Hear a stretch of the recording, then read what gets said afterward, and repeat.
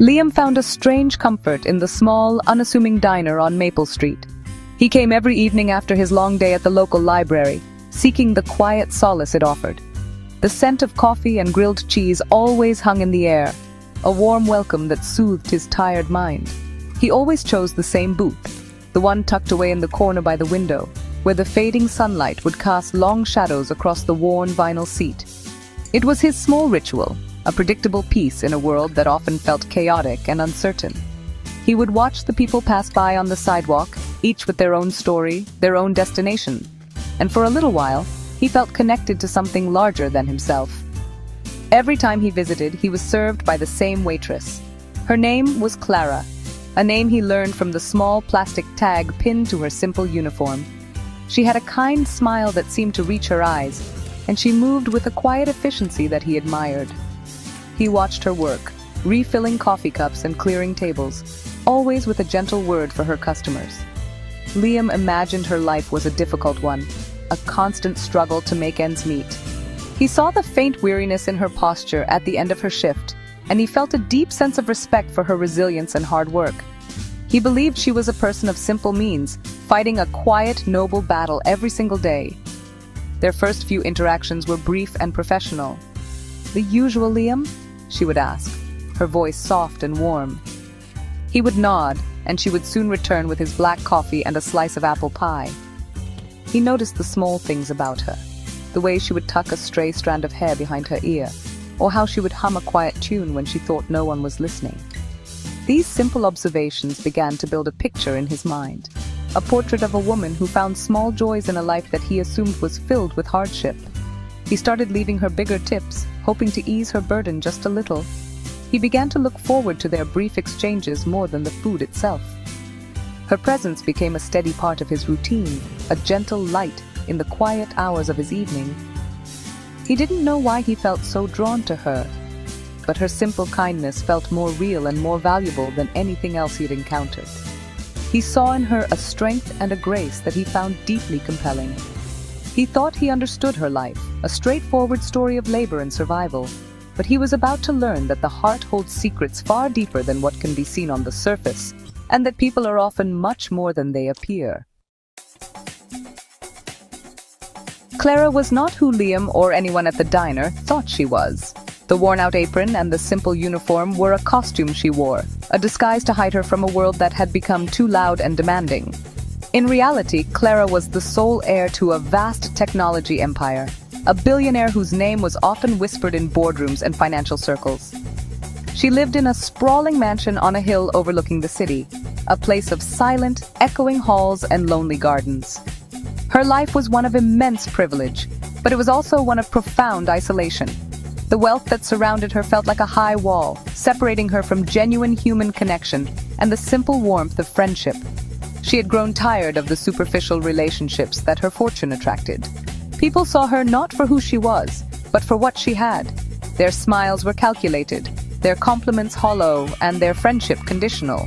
She longed for something real, something honest. She wanted to be seen for her heart, her thoughts, and her spirit, not the number in her bank account. This deep yearning for authenticity led her to the diner on Maple Street. She chose this job not out of necessity, but out of a desperate need to feel normal, to be part of a community where her worth was measured by her kindness and her character, not her inheritance. Working at the diner was her escape. It was a place where she could shed the weight of her identity and simply be Clara. She found a strange joy in the simple tasks, pouring coffee, remembering a regular's order, and sharing a brief, friendly chat. These small moments felt more meaningful to her than any lavish party or business deal. Here, she felt seen. She was not the heiress Clara Vance. She was just Clara, the waitress with the warm smile. It was a simple life, a borrowed one, but it was the only place where she felt she could breathe and connect with people on a purely human level. She looked forward to Liam's visits each evening. He was different from the other men she knew. He was quiet, thoughtful, and kind. He looked at her with genuine respect, seeing a hard-working woman, not a prize to be won. He didn't know her secret, and that was precisely why their budding friendship felt so precious. With him, she could be her true self, or at least a version of herself that was free from the gilded cage of her wealth. She treasured their simple conversations, knowing that his interest in her was pure and untainted by the knowledge of her fortune. As the weeks turned into months, Liam and Clara's relationship slowly blossomed beyond the typical server-customer dynamic. Their brief exchanges about the menu evolved into longer, more meaningful conversations. Liam would stay a little later each evening, and Clara would linger by his table during lulls in the dinner rush. He learned that she loved old books and rainy days, and she discovered his passion for history and his dream of one day writing a novel. They talked about their hopes and their fears, sharing small pieces of their lives with a growing sense of trust and comfort. Liam found himself opening up to her in a way he rarely did with anyone else. He told her about his quiet life, the satisfaction he found in his work at the library, and the simple pleasures that brought him joy. He spoke of his family, his modest upbringing, and his belief in the importance of hard work and kindness. Clara listened intently, her eyes full of a warmth and understanding that made him feel truly heard. She never judged him or made him feel that his simple life was any less valuable. In her presence, he felt accepted for exactly who he was, and that was a feeling he had longed for. For Clara, these conversations were like a lifeline. She shared her own stories, carefully editing out the parts that would betray her secret. She spoke of a feeling of loneliness, which Liam attributed to her long hours and financial struggles.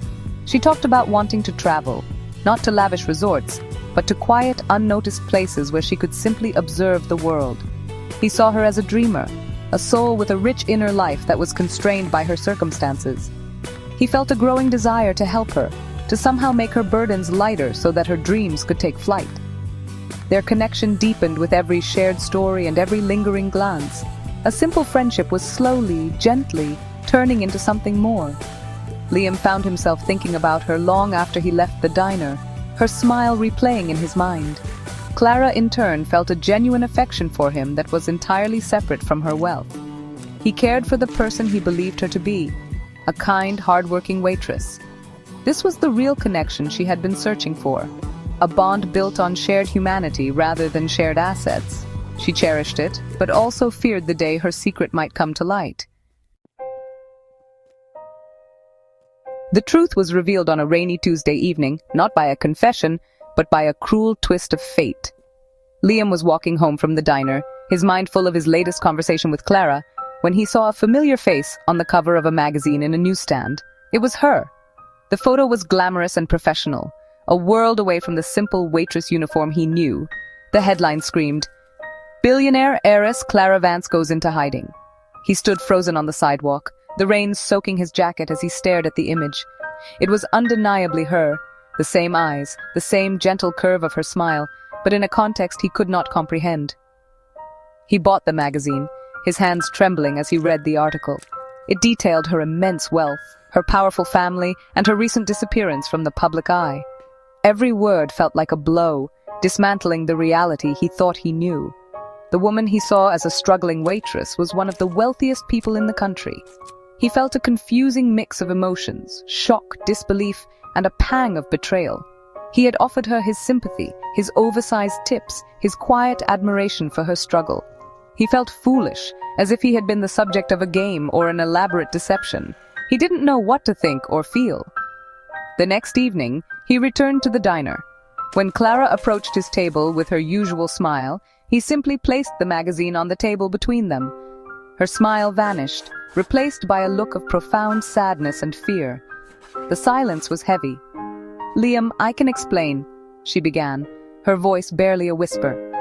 She told him everything, the crushing loneliness of her life, the superficiality of her world, and her desperate search for something real. She explained that the diner was her refuge, and that her friendship with him was the most genuine thing she had ever known.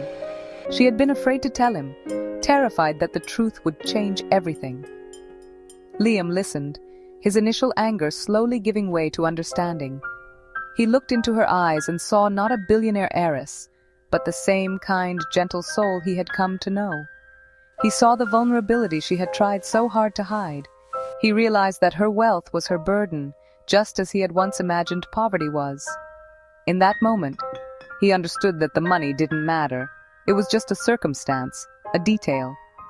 What mattered was the person she was, the connection they had built over countless cups of coffee. He reached across the table, took her hand and said, "It's still you, Clara. That's all that matters to me." Love, he realized, had nothing to do with money and everything to do with the heart.